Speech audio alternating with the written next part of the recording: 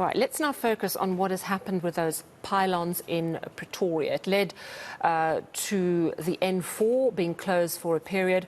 It has also knocked out power to large parts of the city of Pretoria. And Tshwane Mayor Cilliers Brink voicing his concern that there may be a criminal element to all of this. Let's bring in our reporter on the story, Pule Letshwiti-Jones. Pule, thank you so much for joining us. I can see behind you a pylon and someone on a crane. You were explaining to me before we went on air that these pylons collapsed, but it's led to a bit of a domino effect. Just, if you could, describe the extent of what's actually happened. Well, it's quite terrible. I mean, over 30 neighbouring, areas around here have been affected. One of the biggest townships here being Mamelodi. We're currently in Silver Lakes. Residents are really quite concerned as to how long it will take to try and restore electricity. We saw the statement by the city of Tshwane in which they were saying they don't know when electricity could be back online. But let me just step out of shot so you can get a clear image of what's currently going on here. We're inside a shopping centre where one of the pylons were, of course, affected. The city of Tshwane said it was aware of the collapse of the power lines that fell on the N4 freeway and other power lines that were affected as well. And as a result, this has caused power outage affecting large parts of Pretoria East as well. And earlier on, we saw that this incident had led to the N4 freeway east between Solomon Mahlangu and Simon Vermooten off-ramps being closed. Traffic was redirected to other routes, including the Pumulani Plaza toll gate, which experienced heavy traffic flow during the day. But we can confirm right now that the N4 has been opened. However, residents are still without electricity. But I just want to play a bite of what the mayor had to say earlier on while on site regarding this matter.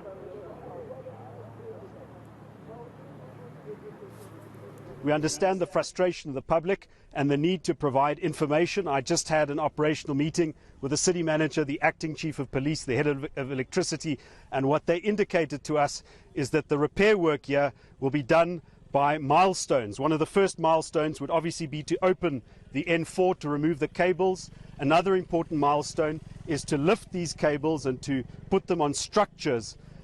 We are going to need the assistance of Eskom, and that's why the city manager is formally reaching out to Eskom to ask for assistance with supplies, expertise.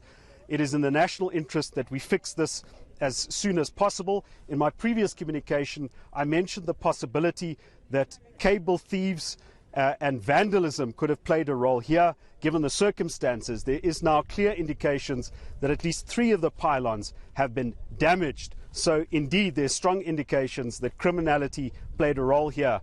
And that's why the Tshwane Metro Police have also been included in the operation to make sure that further criminality does not occur. I am aware of a post on social media which has a picture, and a claim is made that the city was warned, I think in October last year. There's no clear indication that the photo of that pylon was the pylons affected here, but we'll investigate the matter. And obviously, I've told the city manager what is important now is that we inspect all of the pylons in the city, and that law enforcement, both in Tshwane and nationally, takes every possible effort to prevent further criminality and damage from extending the period of time.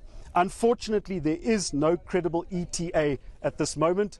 Our only commitment can be to keep the public informed of our progress on each of these timelines. So that's the mayor of Tshwane saying, as you said, Pule, that there's no estimated time of power coming back to, I think you said, over 30 suburbs and communities in Pretoria. It's astonishing to see these men at work on this pylon. As you say, pylons in this line have all been affected because when one pylon goes down, I would imagine it sort of impacts all the others. Cilliers Brink saying that the first step was to reopen the N4, which, as you've explained, has now happened. The second is to lift those cables onto structures. How far is that? Is that part of what's happening here that we're looking at? Well, Sally, I think that's part and parcel of the process in terms of, ensuring that they can repair these pylons. and get them online and up to speed to restore electricity in some of these affected areas. And like the mayor had said, the initial assessment by the energy and electricity team found that at least 7 power line structures had collapsed and are badly damaged, and that further investigations revealed that about 3 pylons were vandalized. And I think that's quite concerning to show that there are criminals who are confident who target such pylons and sabotage these pylons, because essentially what this does, that it affects a lot of these areas. I mean, 30 areas in the city of Tshwane in the eastern side being affected is something which is quite serious, and it shows that criminality is quite rife here, and that cable theft is a situation that should be taken seriously by the city of Tshwane. And they're also saying that the city has lost just about 300 megawatts of power since last night following the vandalism incident. We also did hear that there was one truck driver who was injured on the N4 and subsequently hospitalized to try and get him medical help as well. There hasn't been an update as to whether there's been other motorists who were injured last night, but the mayor saying that they're doing all they can to ensure that they can restore electricity in the area. You can see on your screen right now some of the electricians trying to ensure that they can fix this pylon and then restore electricity. This process could take quite a while, sadly. In fact, when I spoke to authorities earlier on in the morning, we were being told it could take just about a day or two to restore all of these pylons and ensure that electricity is back online and restored for some of the communities around here. Mamelodi being one of the biggest hit areas, of course, in Pretoria East. But the city of Tshwane remaining tight-lipped for now. They're not disclosing how long it could take to ensure that electricity is restored in this area. And for now, it's just a waiting game, because we keep getting updates of some of the areas that have been affected here in Pretoria East. I mean, it's truly astonishing to watch this process, because it's painstaking and detailed. Cilliers Brink saying to you that every pylon now needs to be checked because of this concern around criminality. So you said to me that 3 of the pylons seem to have been tampered with. Do you have any indication of whether that was deliberately done to cause sabotage and potentially the collapse of these pylons during windy weather, or might it just have been a coincidence? Look, Sally, I've been on the ground since in the morning, and what I can tell you is that authorities suspect there could be criminal elements involved here. They allege that there could be elements of sabotage, and they cannot rule that out. But authorities confirm on record that this, of course, could have been as a result of criminal activities taking place. Investigations are currently still underway. You'd remember in the beginning they were saying that it could have been as a result of the bad weather.